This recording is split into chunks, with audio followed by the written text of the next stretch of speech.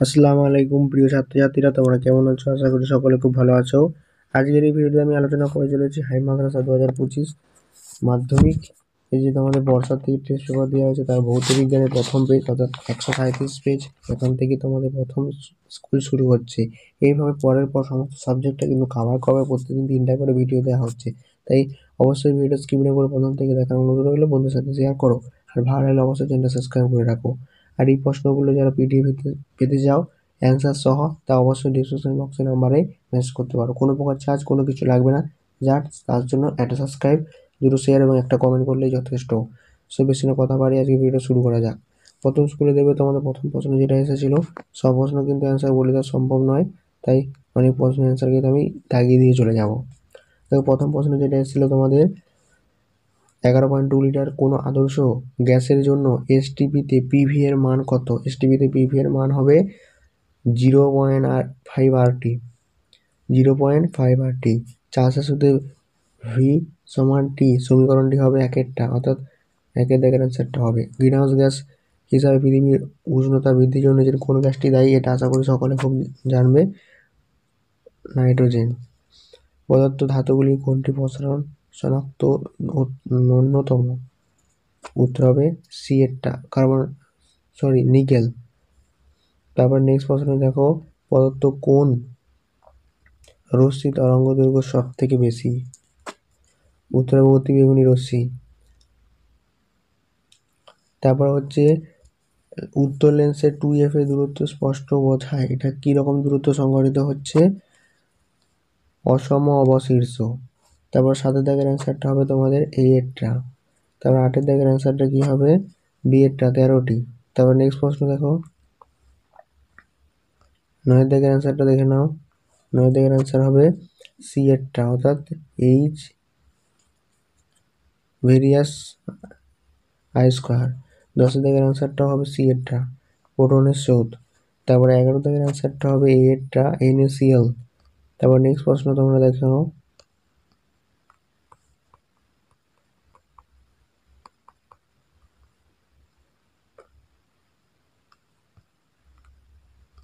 সেই নেক্সট প্রশ্ন হচ্ছে, প্রথম প্রশ্ন হচ্ছে পদার্থ কোনটি তড়িৎ পরিবহন করে? এখানে কোনটি তড়িৎ পরিবহন করে? বিএটি, তরল HCl। তারপর 13 দাগের অ্যান্সারটা কি হবে? হলুদ রং, হলুদ কালারের হয়ে যায়। 14 দাগের অ্যান্সারটা হবে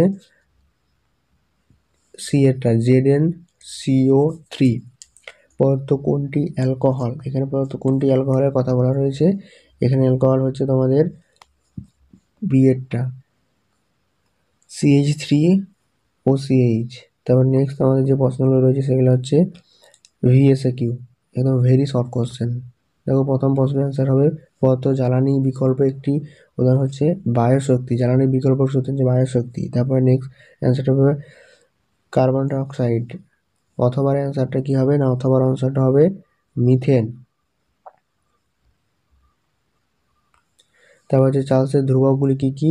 চার্লসের ধ্রুবক হচ্ছে ভর এবং চাপ। সত্য না মিথ্যা? সত্য না মিথ্যা লেখো, মানে নিচে যে বাক্যটা দিয়েছে সেটা না, সত্য না মিথ্যা লেখো।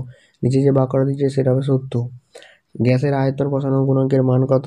গ্যাসের আয়তন গুণাঙ্কের মান হচ্ছে 1/273। গলীয় দর্পণে মেরু বলতে কি বুঝো না, গলীয় দর্পণে মেরু বিন্দুকে গলীয় দর্পণে মেরু বলা হয়। অবতল দর্পণের দুটি ব্যবহার দন্ত চিকিৎসা ক্ষেত্রে ব্যবহার করা হয়, এবং গাড়ির হেলমেটের ক্ষেত্রে কিন্তু অবতল দর্পণ ব্যবহার করা হয় থাকে, এগুলো গুলিয়ে দিও না। তারপরে নেক্সট প্রশ্নের অ্যান্সার কি হবে?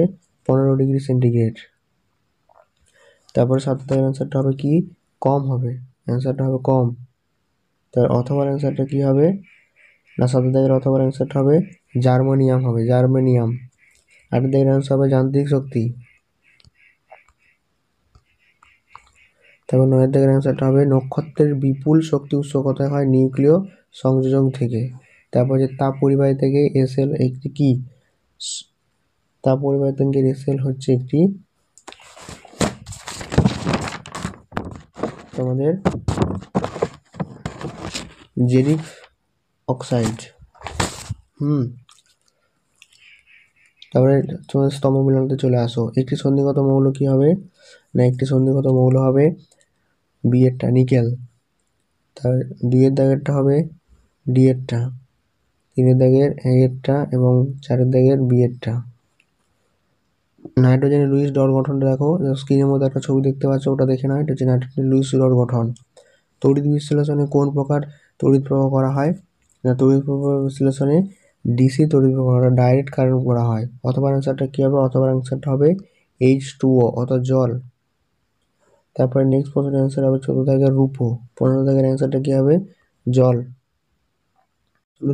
প্রশ্নটা দেখো, খুব ইম্পর্টেন্ট প্রশ্ন, উত্তর হবে কী হবে? না, ফেরিক হাইড্রাইড। লাইকার অ্যামোনিয়া কি হয়?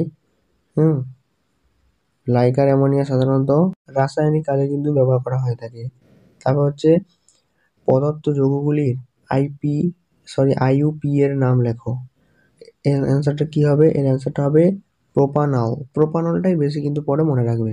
তারপর PVC এর মনোমারটা কি? Vinyl chloride. সো স্টুডেন্ট, ভিডিওটা এই পর্যন্তই ছিল। এরপর আমরা কি করব? এরপর আমরা এই যে শর্ট কোশ্চেন আছে সেগুলো কিন্তু